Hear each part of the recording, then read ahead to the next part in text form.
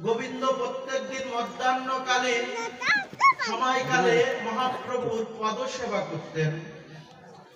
একদিন মহাপ্রভু চিন্তা করলেন যে ভক্তকে মহাপ্রভু পরীক্ষা করে নেন যে প্রকৃত কেমন ভক্ত আমার। চৈতন্য মহাপ্রভু মধ্যাহ্নকালীন ভজন সেরে সমাপন করে উনি শয়ন কক্ষে গিয়ে শয়ন করেছেন। কিন্তু আজ বিষ্ণায় উনি শয়ন না করে দরজার মাঝখানে চৈতন্য মহাপ্রভু শয়ন করলেন। এখন গোপাল গোবিন্দ ঘোষ গিয়ে দেখে মহাপ্রভু দরজার মাঝখানে শয়ন করেছে। প্রত্যেকদিন চৈতন্য মহাপ্রভুর 1 ঘন্টা চরণ সেবা না করে গোবিন্দ ঘোষ জল স্পর্শ করতেন না। এখন আজ তো মহাপ্রভুর কেমন করে সেবা করে, মহাপ্রভু দরজার সম্মুখে শয়ন করে আছে। কি করলেন, ওনার গায়ের উপর একটা উত্তরিয়া পরে দিয়ে ডেমায়ে গিয়ে চৈতন্য মহাপ্রভুর সেবা করলেন। মহাপ্রভু বলছেন, গোবিন্দ প্রসাদ পেয়ে এসো। বলছে, যাই প্রভু। এইবার বলতে বলতে সন্ধ্যা আগত। যখন মহাপ্রভু ঘুম থেকে উঠে গোবিন্দকে বলছেন, যে তুমি এখনো প্রসাদ পেতে গেলে না। বলছে, প্রভু আপনার ডেমায় কি করে প্রসাদ পেতে যায়? বলছে, তুমি আমার ডেমায় আসতে পারলে আর তুমি আমার ডেমায় প্রসাদ পেতে যেতে পারলে না। বলছে, আত্ম ইন্দ্র প্রীতিবাঞ্ছা তারে বলে কাম, কৃষ্ণ ইন্দ্র প্রীতিবাঞ্ছা হরে প্রেম নাম। প্রভু আপনার সুখের জন্য আমার যদি অপরাধ হয়, আপনার সেবা করবার জন্য আপনাকে ডেমায় আমি আসতে পেরেছি, কিন্তু আমার আত্মসুখের জন্য আপনার ওখানে আমি যেতে পারি না। আপনার ডেমায় চৈতন্য মহাপ্রভু ডেমায়ে তার চরণ সেবা করবার জন্য, তার সুখ প্রদান করবার জন্য গোবিন্দ ডেমায়ে গেলেন, কিন্তু ডেমায়ে নিজের আত্মসুখের জন্য, নিজের উদার পূরণ করবার জন্য মহাপ্রভুকে ডেমায়ে আসতে পারলেন না। মহাপ্রভু এমনি ভাবে জগৎকে নিজ আচরিয়া ধর্ম জীবকে শিখালেন। আজ যে গৃহ বাড়িতে আমরা সবাই উপস্থিত হয়েছি, এই বিদেহী আত্মার শান্তি কল্যাণ উপলক্ষে দেখেন, এই জগতে অনেক অসুর দুরাচার ছিল। সমস্ত অসুররা তপস্যা করেছিল, ভস্মলোচন ছিলেন। তিনি ভগবানের কাছে অর্থাৎ মহাদেবের কাছে তপস্যা করেছিল। তা মহাদেবের কাছে বর চেয়েছিলেন কি, যে প্রভু আমি যার মাথা হাত দেব সে যেন ভস্ম হয়ে যায়। আর তিনি কেমন ভাবে তপস্যা করেছিল, পা উপর মুখ বেঁধে দিয়েছিল, মাথা নিচ মুখ দিয়ে অগ্নিকুণ্ড ছেড়ে দিয়ে তিনি তপস্যা করতেন। এত কঠোর তপস্যা করবার পরে মহাদেব এসে বলছে, তুমি কি বর চাও? বলছে, আমি যার মাথা হাত দেবো সে যেন ভস্ম হয়ে যায়। বলছে, এমন বর তো আমি দিতে পারি না। বললো, তাহলে তুমি আসছো কেন? ফিরে গেলেন মহাদেব। কিছুদিন পরে আবার মহাদেবের এমন কঠোর তপস্যার ফলে মহাদেব আবার আসলেন, বলে একই বর দিলেন না। তৃতীয় দিন মহাদেব গিয়ে বলল, ঠিক আছে, তুমি যার মাথা হাত দেবে সেই ভস্ম হয়ে যাবে। তখন উনি বললেন, ভস্মলোচন বলল, যে দেখি তাহলে তোমার মাথা হাত দিয়ে দেখি।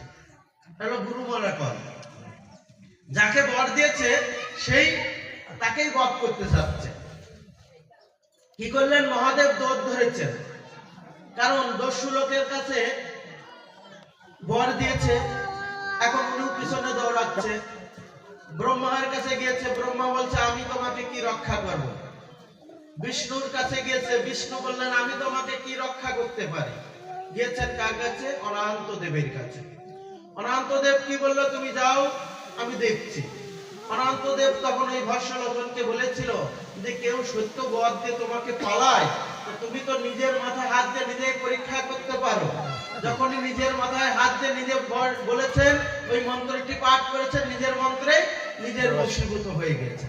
এই জগতে যারা দস্যু প্রকৃতির লোক ছিল, তারা ভগবানের কাছে কোনোদিন কোনো ভালো বর চাই না। একমাত্র একজন ব্যক্তি ভগবানের কাছে বর চেয়েছিল ভালো বর, সে ব্যক্তিটাকে অর্থাৎ গয়াসুর। গয়াসুর কঠোর তপস্যা করে ভগবানের কাছে বর চাইল, হে প্রভু, এই আমাদের দস্যুকুলে যারা আছে তারা তোমার কাছে কোনোদিন জগতের কল্যাণের জন্য কিছু চাই না, তাই আমি তোমার কাছে বর প্রার্থনা করছি, আমি গয়াসুর হয়ে আমার যে দর্শন করবে, যে পরশ করবে, সে যেন মুক্তি হয়ে যায়।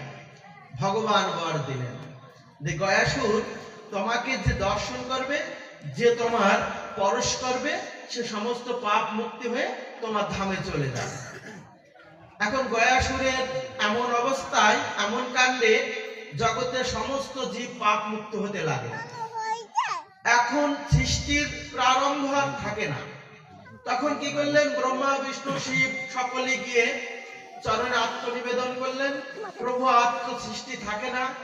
তখন কি করলো? ব্রহ্মা বিষ্ণু শিব এবং ইন্দ্রদেব একত্রিত হয়ে বললেন যে আমরা একটা যজ্ঞ করব জগৎ হিতার্থের জন্য, জগৎ কল্যাণের জন্য। কিন্তু একটা পুণ্যভূমি দরকার, সেই পুণ্যভূমিটা কোথায়? ওই গয়াসুরের বক্ষের উপরে আমাদের এই যজ্ঞটা পূর্ণ করতে হবে। তখন ভগবানের কাছে বললে, ভগবান বলল যে এটা গয়াসুরের ব্যক্তিগত ব্যাপার। যদি গয়াসুর অনুমতি দেয়, তার বক্ষের উপরে এই যজ্ঞ করবার অনুমতি দেয়, তাহলেই তোমরা এই গয়াসুরের বক্ষের উপরে এই যজ্ঞটা প্রদান করতে পারো, নচেৎ এই যজ্ঞ পূর্ণ করা সম্ভব নয়। তখন ইন্দ্র, ব্রহ্মা, বিষ্ণু, শিব সকলেই ব্রহ্মার অর্থাৎ ওই গয়াসুরের কাছে গিয়ে বলল যে আমরা আপনার এই দেহের উপরে একটা যজ্ঞ করব, এই যজ্ঞের কারণে জগতের হিতার্থ বা জগতের কল্যাণ হবে। গয়াসুর বলে, আমার দেহ দ্বারা যদি জগতের কল্যাণ হয়, জগতের ভালো কিছু হয়, আমি দেহটা দেওয়ার জন্য প্রস্তুত। তখন ওই গয়াসুরের বক্ষের উপরে একটা যজ্ঞ করেছিল। এই যজ্ঞ করবার পরে গয়াসুরের এত শক্তি বৃদ্ধি হয়েছিল যে তখন ওই গয়াসুর থরকম্পিত ভাবে কম্পিত হচ্ছিল, তখন জগৎ কাঁপছিল। কাঁপার পরে ভগবান চিন্তা করলে, এখন গয়াসুরের যে শক্তি বৃদ্ধি হয়েছে, গয়াসুর যে জগতে থাকে, এই জগৎ আর থাকবে না, জগৎ প্রলয় হয়ে যাবে। তখন ভগবান কি করেছিল? গদাধর রূপে, ভগবান গদাধর রূপে গদাকে ধারণ করে ওই গয়াসুরের বক্ষের উপরে উঠে গয়াসুরকে বধ করতে গেলেন। গয়াসুর তখন ভগবানের কাছে আরেকটা বর চেয়ে নিলেন, হে প্রভু, আমার মৃত্যুর পরেও যেন এই জগতের মানুষ আমার দর্শন বা আমার পরশে তারা যেন মুক্তি লাভ করতে পারে, আমি যেন এনে গয়া রূপে অধিষ্ঠিত হতে পারি, এই কৃপা আমাকে দান করুন। তখন ভগবান কি করলেন? গয়াসুরকে বধ করার আগে গয়াসুরকে প্রার্থনা করে গয়াসুরকে বর দিলে হতে, তোমার আজ থেকে এখানে গয়া তীর্থ নামে খ্যাত হবে। এই গয়া তীর্থ যত ব্যক্তি এই গয়ায় এসে গদাধরের নাম নিয়ে এই গয়ায় পিণ্ড দান করিলে সমস্ত পিতৃপুরুষ উদ্ধার প্রাপ্ত হবে।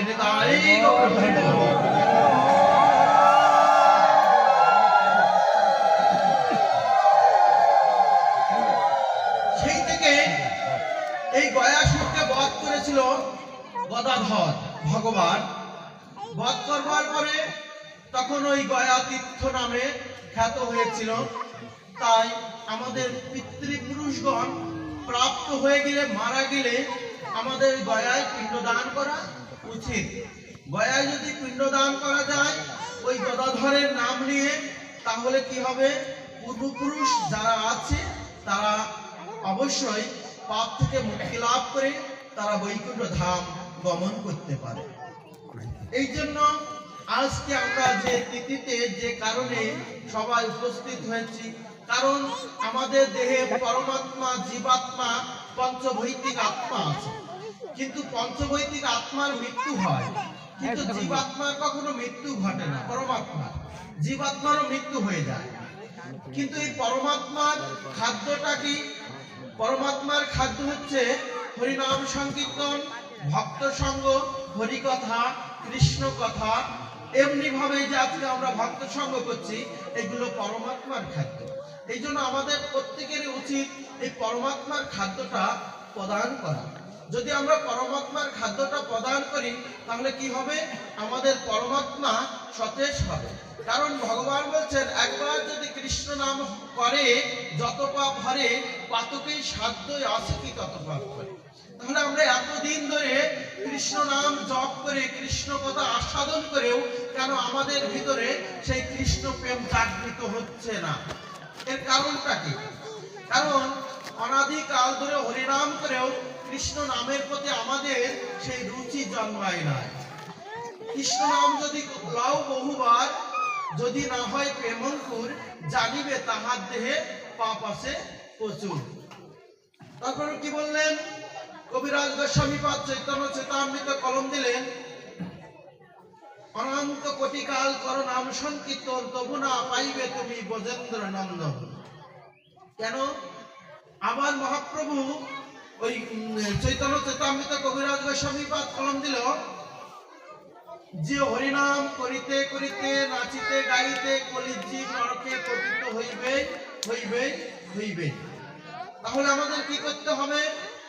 আমাদের প্রত্যেকেরই উচিত হরিনামকে এমন ভাবে জপ করতে হবে যাতে অপরাধ শূন্য হয়ে লহ কৃষ্ণ নাম, অপরাধকে শূন্য হয়ে কৃষ্ণ নাম জপ করতে হবে। খাইতে শুইতে যথা তথা নাম লয়, দেশকাল নিয়ম নয় সর্বসিদ্ধি হয়। তার মধ্যে প্রত্যেকেরই এই কৃষ্ণ নামকে আশ্রয় করতে হবে, কৃষ্ণ নাম জপ করতে হবে। আর কৃষ্ণ নামকে এমন ভাবে জপ করতে হবে যেন কৃষ্ণ নামে না হয় আমাদের কোনো প্রকারের অপরাধ। আর অপরাধ শূন্য হয়ে আগে হৃদয় মন্দিরটা মার্জন করতে হবে। হৃদয় মন্দির মার্জন না করলে কখনোই সেই হৃদয়ে কৃষ্ণ নাম করলে সেই কৃষ্ণ নামে আমাদের সুফল আসবে না। তার প্রমাণ আমাদের প্রত্যেকেরই গুরু কৃপা লাভ করা আগে প্রয়োজন। কারা কারা দীক্ষা প্রদান করেছেন একটু হাত তোলেন দেনি। যারা যারা দীক্ষা নিয়েছেন জয়নিতাই, যারা যারা ত্রিসন্ধ্যা গায়ত্রী মন্ত্র পাঠ করেন তারা একটু হাত তোলেন। জয়নিতাই, দেখেন দীক্ষা অনেকেই প্রাপ্ত হয়েছেন কিন্তু ত্রিসন্ধ্যা গায়ত্রী মন্ত্র পাঠ করেন না। মন্ত্র যারা নিম্নে তারা তো এক অপরাধী, কারণ মন্ত্র না নিয়ে যে জায়গায় বসে থাকা হয় সেই জায়গাটাও অপবিত্র হয়ে যায়। কারণ অদীক্ষিত ব্যক্তি আমাদের জন্ম দিলেই ছেলে মেয়ে বাবা মা হওয়া যায় না। কারণ বাবা মা হতে গেলে, পিতা মাতা হতে গেলে তার কিছুগুলো নিয়মাবলী আছে। জন্ম দিলেই পিতা মাতা হওয়া যায় না। পিতা মাতা হতে গেলে একটা সন্তানকে যদি সঠিকভাবে মানুষ না করতে পারেন তাহলে আপনি পিতৃরূপে কলঙ্কিত, আপনি পিতার দায়িত্ব পালন করতে পারলেন না। কারণ একটা পিতা বা একটা সন্তানকে এই জগতে আনতে গেলে আগে আরাধনা করতে হয়। ভগবানের কাছে একটি ফল পেতে গেলে ভগবানকে আগে আরাধনা করতে হয়। ভগবানের কাছে চাইতে হয় একটি ফল, যে সেই ফলের দ্বারা জগতের হিতার্থ হবে, জগতের কল্যাণ হবে।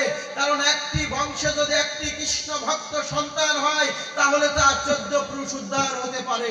তাহলে সেই কৃষ্ণ ভক্ত সন্তান জন্ম দিতে হলে তাহলে সেই সন্তানকে আহ্বান করতে হয়, সেই সন্তান গোবিন্দের কাছে প্রার্থনা করতে হয়, গুরু কর্ম করতে হয়, দীক্ষা শিক্ষা গ্রহণ করে তবেই কিনে সন্তান এই জগতে আনতে হয়। আমরা কি করি? ছেলে পেলে হয়ে যাচ্ছে, ছেলে পেলে বিবাহ হয়ে যাচ্ছে, তবু দীক্ষা নেওয়ার কথা আমাদের খেয়ালই নাই। কারণ অদীক্ষিত অবস্থায় যদি সন্তান জন্ম দেওয়া হয় সেই সন্তানকে জারক সন্তান বলে শাস্ত্রে বর্ণনা করেছে, আমার কথা নয়। তাহলে দীক্ষা নেওয়া, ছেলে মেয়ে বিবাহের পরেই ছেলে মেয়েদেরকে দীক্ষা প্রদান করা কর্তব্য।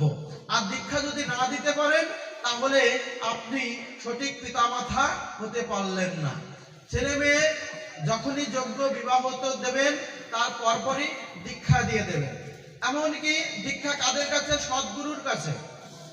সদ্গুরু কোথায় পাবো? সদ্গুরুর লক্ষণ কি?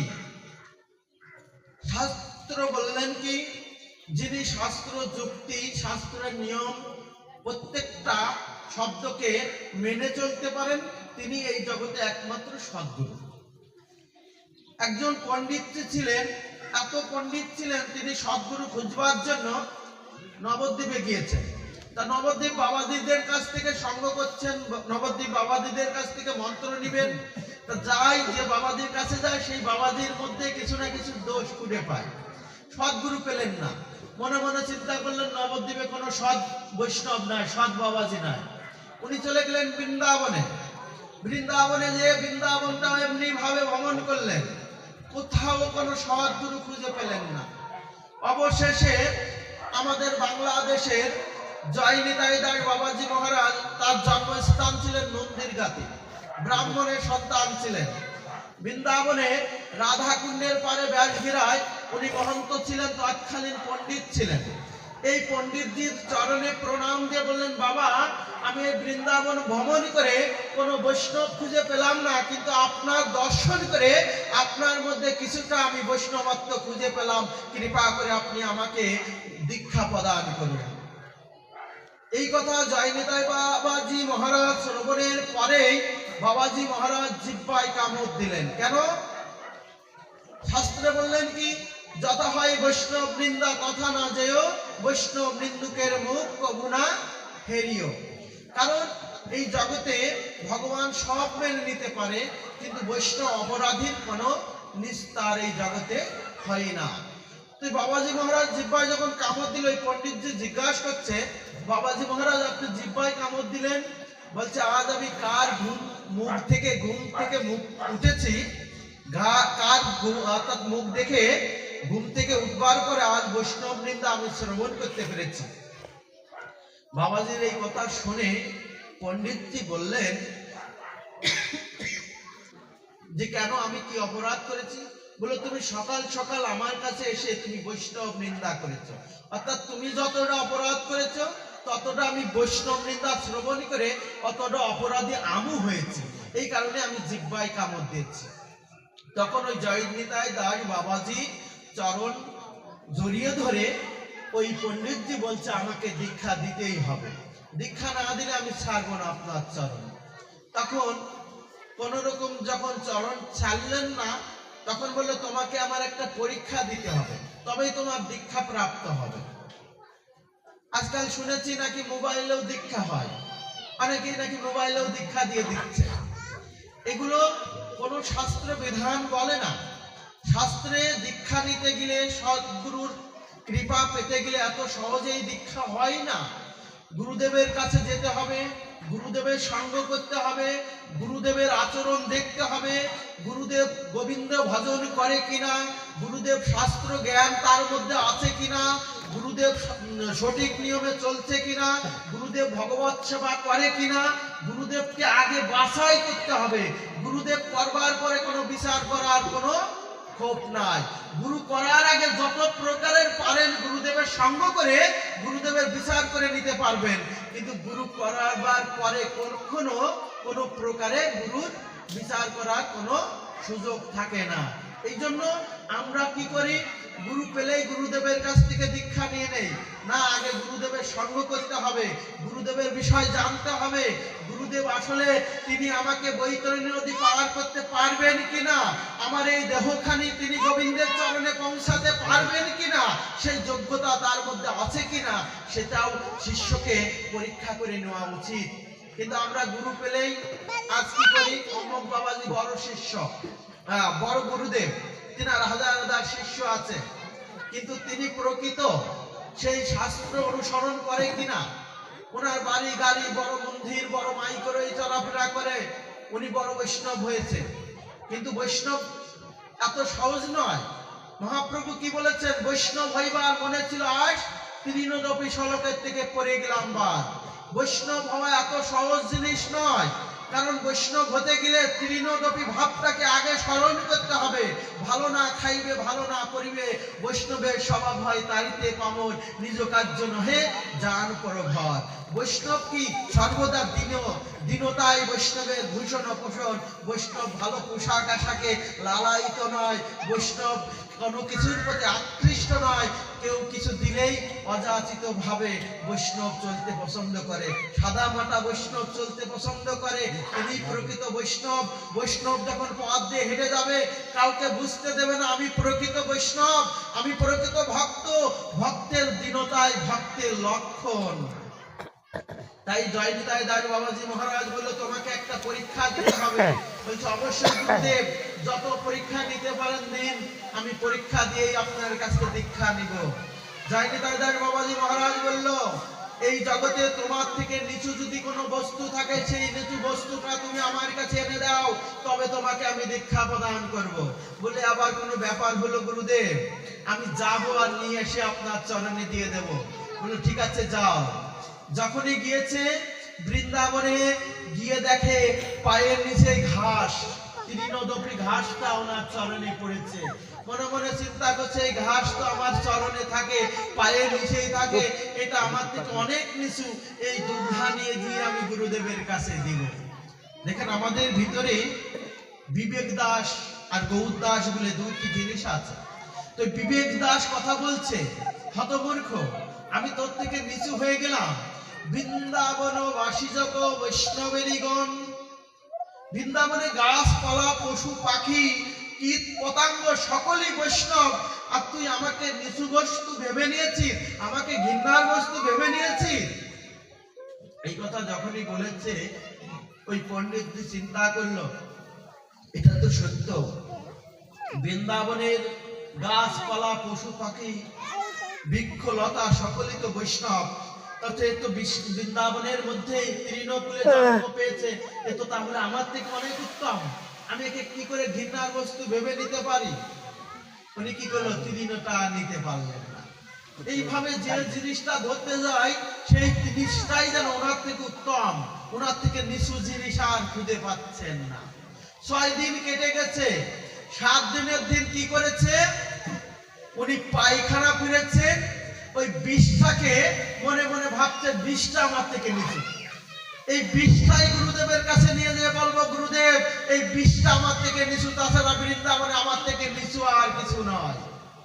যখন ওই বিষটা নিতে যাচ্ছে, ওই বিষটাও যেন বিবেক থেকে কথা বলছে, বলছে হতমূর্খ, আমি তোর থেকে নিচু হলাম কি করে? আমি কাল ছিলাম দেবতার ভোগ, আমি মহাপ্রসাদ ছিলাম, তুই আমাকে বন্দনা করেছিলি কি করে? মহাপ্রসাদে গোবিন্দে নাম ব্রহ্মণে বৈষ্ণবে স্বল্প পুণ্যং বাতং রাজং বিশ্বাস নৈব জায়তে শরীর অবিদ্যাদল জলেন্দ্র তাহে খাল জীবে ফলে বিষয় সাগরে তাহার মধ্যে জিহ্বাবতী লমময় সুদর্মতী তাকে যথা কঠিন সাগরে কৃষ্ণ বড় দয়াময় করিবারে জীবজয় সপ্রসাদন্য দিলাবায় সে প্রসাদ অমৃত পাও রাধা কৃষ্ণ গুণ গাও প্রেমে ডাকো চৈতন্য নিতাই। মহাপ্রসাদের মধ্যে গোবিন্দ থাকে। বললো কালকেও আমি মহাপ্রসাদ ছিলাম, গোবিন্দের নিবেদিত প্রসাদ ছিলাম, তুই বন্দনা করে প্রসাদটা গ্রহণ করেছিস, আমি তোর শরীরটাকে রক্ষা করেছি, আর প্রতিদিনে তুই আমাকে ঘৃণার বস্তু ভেবে নিয়েছিস। এই কথা যখনই মনে মনে চিন্তা করলো, এ তো আমার থেকে উত্তম, এ তো কাল দেবতার ভোগ ছিল, এই অবস্থা তো আমি করেছি, একে বিষটা আমি বানিয়েছি, এ তো আমার থেকে নিচু নয়, তাহলে আমার থেকে নিচু কি এই জগতে আর কিছুই নাই? ওই কীটাণু কীট, মলের মধ্যে যে কীট থাকে, ওই কীটকে নিতে যাচ্ছে। তখন বলছে তোর নিচু স্বভাব গেল না, আমি মাটির সঙ্গে উর্বর করে মাটিকে মিশিয়ে দেই, সেই খেতেই আবার জন্ম হয় ফসল, সেই ফসলকে আবার গোবিন্দ সেবায় লাগে। ও তখন চিন্তা করলো, আমার থেকে নিচু এই বৃন্দাবনে নয়, ত্রিভুবনে আমার থেকে আর নিচু বস্তু কিছুই নাই।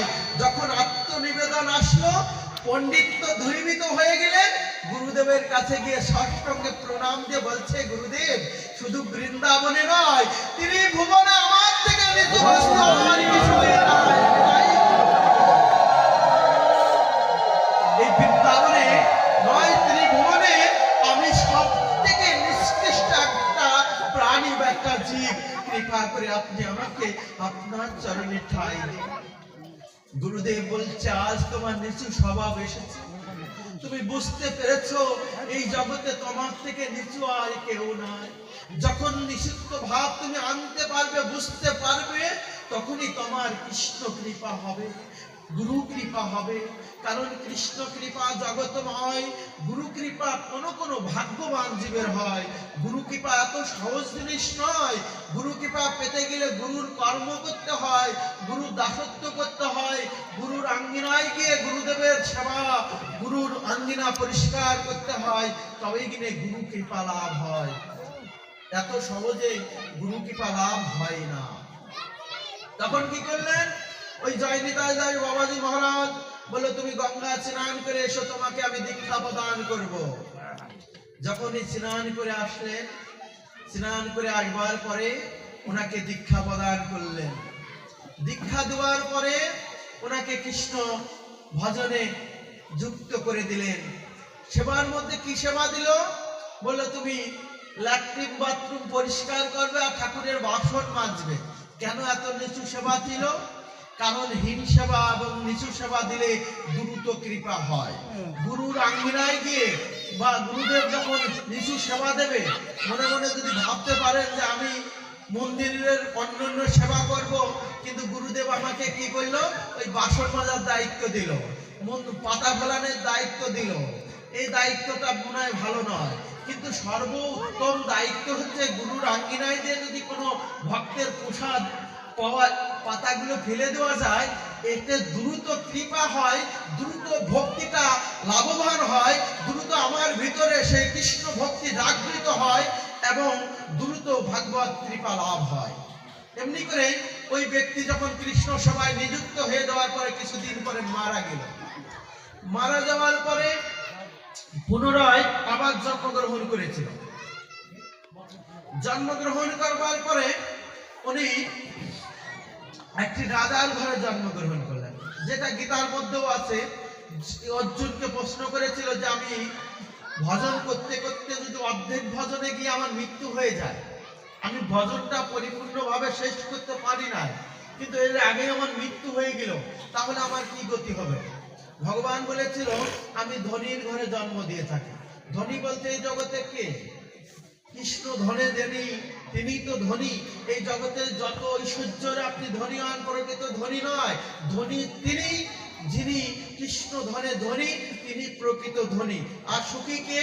যিনি সাগন্য এক মুঠো গোবিন্দের উদ্দেশ্য নিবেদন করে প্রসাদ পেয়ে গাছতলায় মহা আনন্দে হরিনাম সংকীর্তন করে, এই জগতে তিনি হলেন সুখী। তা এখন বললো ধনীর ঘরে অর্থাৎ ঋষির ঘরে আমি জন্ম দিয়ে থাকি, তখন ওইখান থেকে তুমি আবার পুনরায় আমার ভজন করতে করতে তুমি আমার ধাম প্রাপ্ত হবে। তখন কি করলেন, ওইখান থেকে উনি একটি রাজার ঘরে জন্মগ্রহণ করলেন, তপস্যা করতে লাগলেন। তখন রাজার ঘরে জন্ম নেওয়ার পরে উনি রাজত্ব করলেন। ওনার গায়ে হলেন একটি কুষ্ঠব্যাধি। এমন কুষ্ঠব্যাধি হওয়ার পরে বড় ডাক্তার দেখালেন। ডাক্তারে বললেন তোমার যে ব্যাধিটা হয়েছে, অর্থাৎ মাসখানেক বা এক সপ্তাহের ভিতর তোমার মৃত্যু হতে পারে। এরকম কথা শ্রবণ করবার পরে মনে মনে চিন্তা করলো কিসের সংসার, কিসের ছেলে মেয়ে, কোনো কিছু ভালো লাগে? তার আর কোনো কিছু ভালো লাগলো না, সংসার আর ভালো লাগতে লাগলো না। তখন বৈরাগ্য এসে গেল, ত্যাগ এসে গেল। তখন বৃন্দাবনে গিয়ে এক বাবাজি মহারাজের কাছে প্রণাম দিয়ে বলছে, বাবা আমার তো নাকি শুনেছি আমাকে ডাক্তারে বলেছে এই 7 দিনের ভিতর মৃত্যু হয়ে যাবে। তা বাবাজি মহারাজ বললেন আমি তোমাকে বাঁচিয়ে দেব, কিন্তু 3টি শর্ত। বললো কি? তুমি কোনোদিন আর সংসারে ফিরে যাবে না, কোনোদিন মিথ্যা কথা বলবে না, আর গুরু বাক্য অবলম্বন করবে না। বলে আবার কোনো ব্যাপার হলো নাকি? আমার যদি এই ব্যাধি থেকে আমি মুক্তি লাভ করতে পারি, এটা আমার কাছে কোনো ব্যাপারই নয়, আমি আপনার কথা মেনে নিলাম। গুরুদেব কি করলেন, ওই বনের ভিতর থেকে লতা পাতা নিয়ে এসে রস করে উনি পূর্ণ গ্লাস খায়, আর ওই শিষ্যটাকে আধা গ্লাস করে দেয়। তো ওই আধা গ্লাস দিতে দিতে ওই খেতে খেতে ওনার ব্যাধি তো ভালো হলেন, আগের থেকেও শরীর ভালো হয়ে গেলেন, কিন্তু ওনার ভিতরে কামনা বাসনা লোভ লালসা প্রখর ভাবে বৃদ্ধি হলেন। ওই ছেলের কথা মনে পড়ে, রাজ্যের কথা মনে পড়ে, সুন্দর স্ত্রীর কথা মনে পড়ে, টাকা পয়সার কথা মনে পড়ে। একদিনও আর মন্দিরে থাকতে পারে না, আশ্রমে থাকতে পারে না। একদিন গুরুদেবের কাছে যে বলছে, বাবা আপনি খান পূর্ণ গ্লাস, আমি খাই আধা গ্লাস, আপনার মন চঞ্চল হয় না, কিন্তু আমার মনে এত চঞ্চলতা কেন?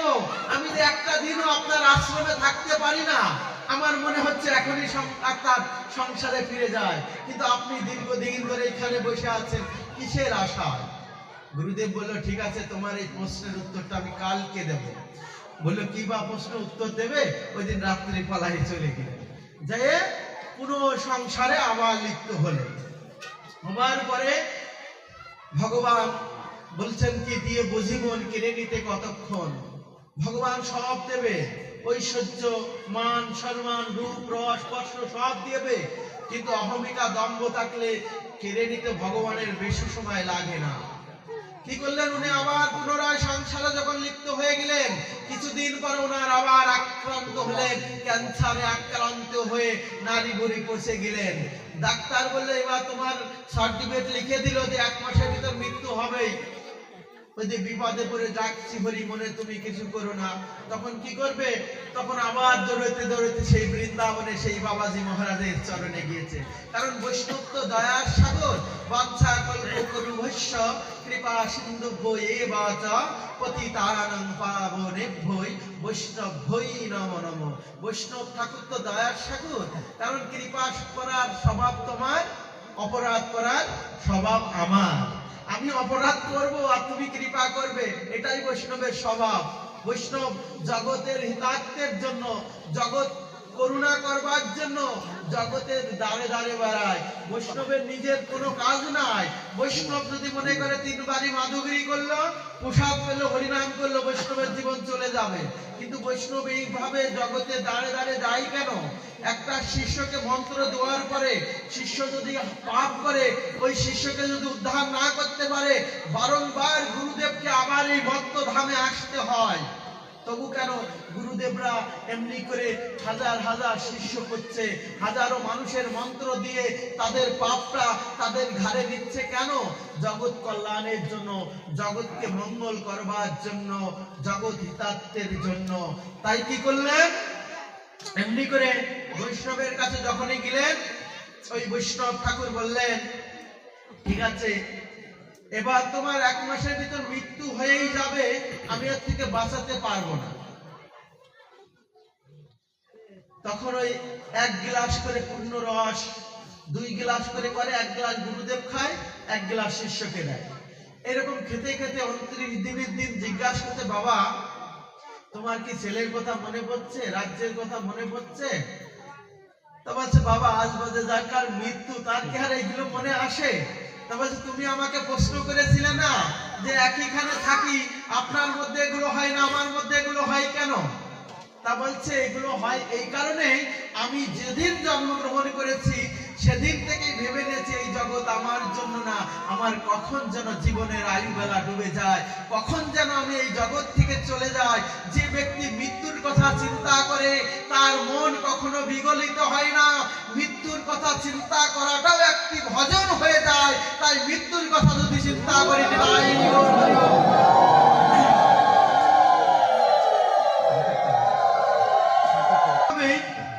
চৈতন্য মহাপ্রভুর অশেষ কৃপায় যখন ওই বৈষ্ণব ঠাকুর কি করলেন, 29 দিন পরে যখন ওনার কাছ থেকে কৃপা লাভ করলেন এবং বলল তোমার মৃত্যু হবে না, আমি তোমাকে এটা পরীক্ষা করতে চেয়েছি। তুমি যে চিন্তা যদি করা যায় মৃত্যু হবে, আমি জন্ম গ্রহণ করেছি, আমার মৃত্যু হয়ে যাবে, কখন যেন আমার মৃত্যু হবে এই কথাটা আমি বলতে পারি না। মৃত্যু যে কোনো মুহূর্তে আমার হয়ে যেতে পারে। এই মৃত্যুর কথাটা যদি আমরা স্মরণ করতে পারি, তাহলে আমরা পাপ করতে পারি না, আমরা অন্যায় করতে পারি না, আমরা কখনো অবৈধ পথে চলতে পারি না। আমাদের একতাবদ্ধ হতে হবে।